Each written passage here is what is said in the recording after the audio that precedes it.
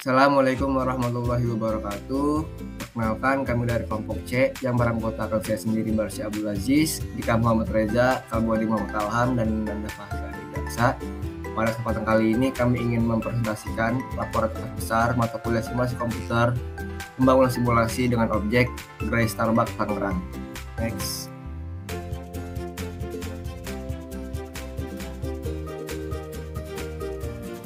Yang pertama ada deskripsi masalah. Industri jasa penyedia minuman cepat saji atau fast food, antrian dan waktu menunggu sangat sering dijumpai. Antrian sering terjadi ketika terdapat beberapa objek yang datang dalam satu waktu secara bersamaan untuk mendapatkan pelayanan, sehingga antrian tidak dapat diprediksi oleh pelanggan maupun penyedia jasa. Kondisi antrian yang cukup panjang dapat membuat pelanggan tidak jadi mengantri karena pelanggan menginginkan waktu yang singkat dan cepat untuk dilayani, sehingga penyedia jasa mengalami kerugian akan hal itu. Dalam penelitian kali ini, kami bertujuan untuk menganalisis antrian yang terjadi di Gerai Starbuck Tangerang. Tujuan dari analisis ini antara lain untuk mengetahui penyebab terjadinya antrian pada Gerai Starbuck. Next. Selanjutnya ada identifikasi masalah. Yang pertama ada 6 element of problem. Decision maker yaitu pemilik Gerai Starbuck Tangerang. Objektifnya meminimalisir banyaknya antrian. Decision kriterianya memaksimalkan jumlah pelanggan. Performance measurement-nya jumlah pelanggan yang dilayani dan konteksnya Gerai Starbuck Tangerang. Lalu ada influence diagram. Pertama ada input tidak terkontrol, terdapat rasa variatif, jumlah pelanggan, kebersihan, frekuensi pelanggan, dan jumlah pegawai. Lalu ada input terkontrol, terdapat kualitas, fasilitas, dan servis. Ada variabel sistem, yaitu durasi antrian dan waktu pelayanan. Dan yang keempat ada output, yaitu waktu antrian yang cepat. Next. Lalu ada pengumpulan data. Yang pertama ada elemen struktur. Nah, di sini terdapat entities atau pelanggan dan kerja. Research, yaitu terdapat counter pemesanan, counter pembayaran, dan counter pengambilan pesanan. Dan yang ketiga ada location, yaitu tempat kedatangan pelanggan, tempat antrian pemesanan, tempat pemesanan, dan tempat pembayaran. Next. Lalu yang kedua ada pengumpulan data yang jadwal kerja. Di sini kami memakai jadwal kerja dari hari Senin sampai hari Minggu, dari pukul 8 pagi hingga jam 11 malam. Lalu di sini ada routings, dapat dilihat pada slide. Itu merupakan data routings kami yang kami kumpulkan. Next.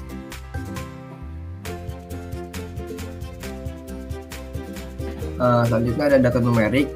Di sini kami terdapat dua opsi, yaitu waktu tunggu dalam sistem dan waktu tunggu dalam antrian. Selanjutnya itu ada entities flow diagram atau EFD. Berdasarkan EFD Gerai Starbuck Tangerang, dimulai dari kedatangan pelanggan di Gerai Starbuck Tangerang. Waktu distribusi normalnya itu 193,66,8 menit. Selanjutnya pelanggan memasuki antrian menuju pemesanan.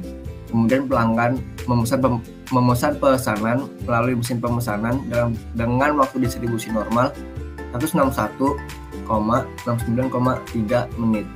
Setelah itu pelanggan memasuki antrian pembuatan kopi. Kemudian pelanggan tiba di counter pembuatan dengan waktu distribusi normal 212,87,8 menit. Setelah itu pelanggan memasuki antrian pembayaran dan tiba di counter pembayaran dengan waktu distribusi uniform 7,178 menit. Setelah mengambil pesanan dan melakukan pembayaran, pelanggan keluar dan meninggalkan Gerai Starbuck Tangerang. Next. Oke, selanjutnya adalah analisis data. Metode yang digunakan untuk menganalisis data simulasi pada Gerai Starbuck yang kami gunakan adalah independent test yang menggunakan Microsoft Excel, yang kedua itu homogenitas test yang menggunakan IBM SS, yang ketiga adalah distribution fitting dan menggunakan aplikasi Starfit. Yang pertama itu output analisis dari independent test. Independent test ini bertujuan untuk mengetahui apakah data ini berindependen atau memiliki kesamaan. Jika dilihat di sini kita menggunakan metode scatter plot. Titik-titik pada tabel atau diagram ini menyebar. Bisa dikatakan bahwa data yang kami gunakan ini bersifat independen. Tidak ada yang memiliki sebuah pola tertentu.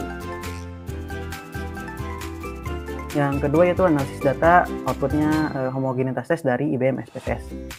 Bisa dilihat dari kedatangan, pembuatan kopi, pemesanan, dan pembayaran bahwa nilai sig-nya itu melebihi dari 0,05 yang menandakan bahwa data tersebut berhomogenitas atau H0 diterima.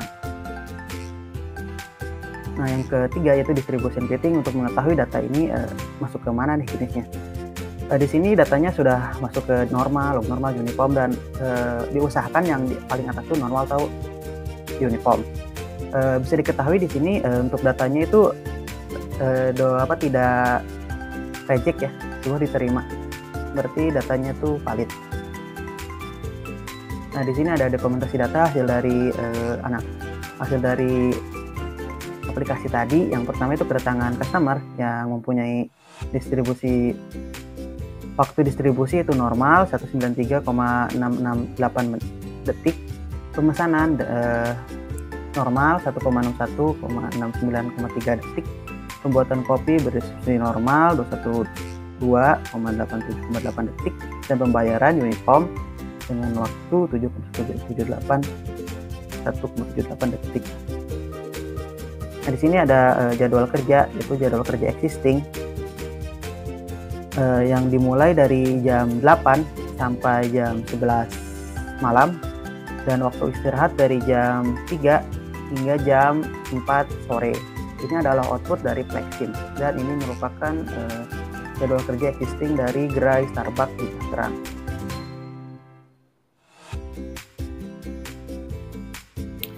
Baik, selanjutnya terdapat proses dari verifikasi. Nah, pada proses verifikasi ini kami melakukan work in process yang mana tujuannya adalah untuk mengetahui apakah average of dashboard memasuki range lower limit dan upper limit. Nah, bisa kita lihat pada layar bahwa ketiga proses tersebut average of dashboard-nya telah memasuki range dari lower limit dan juga upper limit, sehingga dapat dinyatakan verified. Next. Nah, selanjutnya kami melakukan validasi menggunakan normality test dan juga uji Weld test. Bisa kita lihat pada layar bahwa pada normality test, data simulasi dan real system berdistribusi normal dengan signifikansi yang lebih besar dari confidence level, yaitu 0,9 lebih dari 0,05. Selanjutnya pada Weld test, bisa kita lihat pada layar juga bahwa tidak ada perbedaan yang signifikan antara rata-rata output dan juga real system dan simulasi, karena pada interval tersebut terdapat 0, maka dapat dinyatakan bahwa model tersebut valid. Next. Nah, selanjutnya pada output analisis, bisa kita lihat pada layar berikut merupakan layout dari model existing untuk output analisisnya dengan total 55 output. Next. Nah, selanjutnya ada model existing dan juga jadwal kerja existing. Nah, pada model existing ini terdapat satu mesin pemesanan, satu mesin pembuatan kopi, dan juga satu mesin pembayaran. Lalu untuk operator berjumlah 3 orang tiap mesin, dengan area antrian berjumlah 3 area.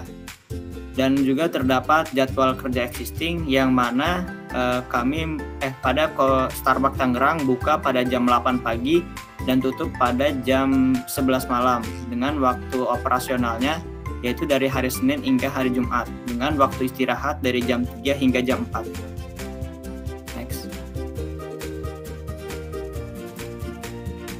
Nah, di sini juga terdapat model alternatif 1 dan juga jadwal kerja dari alternatif 1.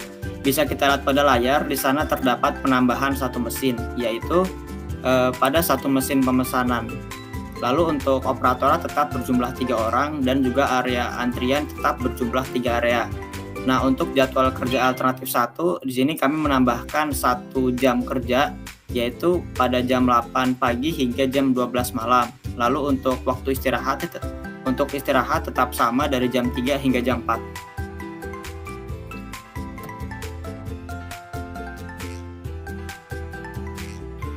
Nah, selanjutnya terdapat juga model alternatif 2 dan juga jadwal alternatif 2. Bisa kita lihat pada layar, pada model alternatif 2 kami di sini menambahkan 2 mesin, yaitu pada mesin pembuatan kopi dan juga mesin pemesanan.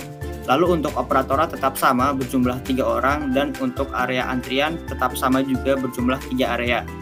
Nah, untuk jadwal kerja alternatif kami samakan dengan jadwal kerja alternatif 1, yaitu dari jam 8 hingga jam 12 malam dengan waktu istirahat jam 3 hingga jam 4 sore. Oke, baik. Berikut merupakan output replication dari model existing, model alternatif 1, dan model alternatif 2. Pada output replication model existing terdapat 12 hari jam kerja dengan total output 55 dan pada alternatif 1 didapat total output replication sebesar 48 dengan alternatif Y1 yang dihasilkan, yaitu pada antrian pemesanan sebanyak 0 orang yang mengantri. Pada antrian pembuatan kopi sebanyak 61 orang yang mengantri.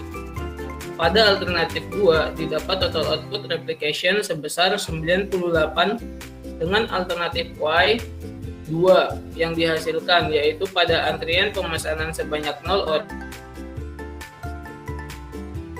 orang, pada antrian pembayaran sebanyak 4 orang. Next.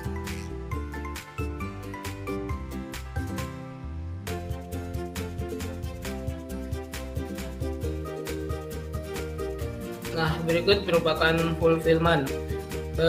Untuk fulfillment alternatif 1 dan alternatif 2 dapat memenuhi permintaan untuk setiap periode. Untuk alternatif 1 pada output didapatkan hasil rata-rata sebesar 0.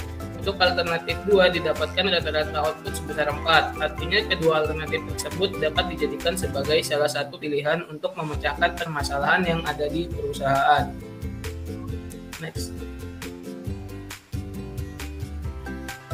Nah, berikut merupakan adding cost calculation pada alternatif 1 dan alternatif 2. Bisa dilihat pada tabel berikut. Untuk pada alternatif 1 hanya menambahkan satu mesin pemesanan dengan biaya sebesar 15 juta dan totalnya 15 juta. Sedangkan pada model alternatif 2 terdapat penambahan satu mesin pemesanan sebanyak 1 dengan biaya 15 juta dan satu penambahan mesin pembuatan kopi sebesar 20 juta dan totalnya sebesar 40 juta.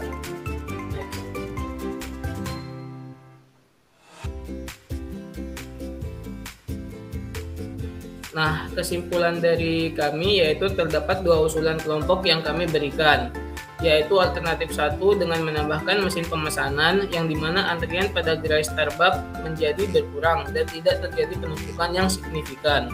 Sedangkan pada alternatif 2 yaitu menambahkan mesin pembuat kopi di mana ketika dilakukan penambahan mesin pembuatan kopi, antrian pada gerai Starbucks menjadi lebih sedikit dan tidak menumpuk.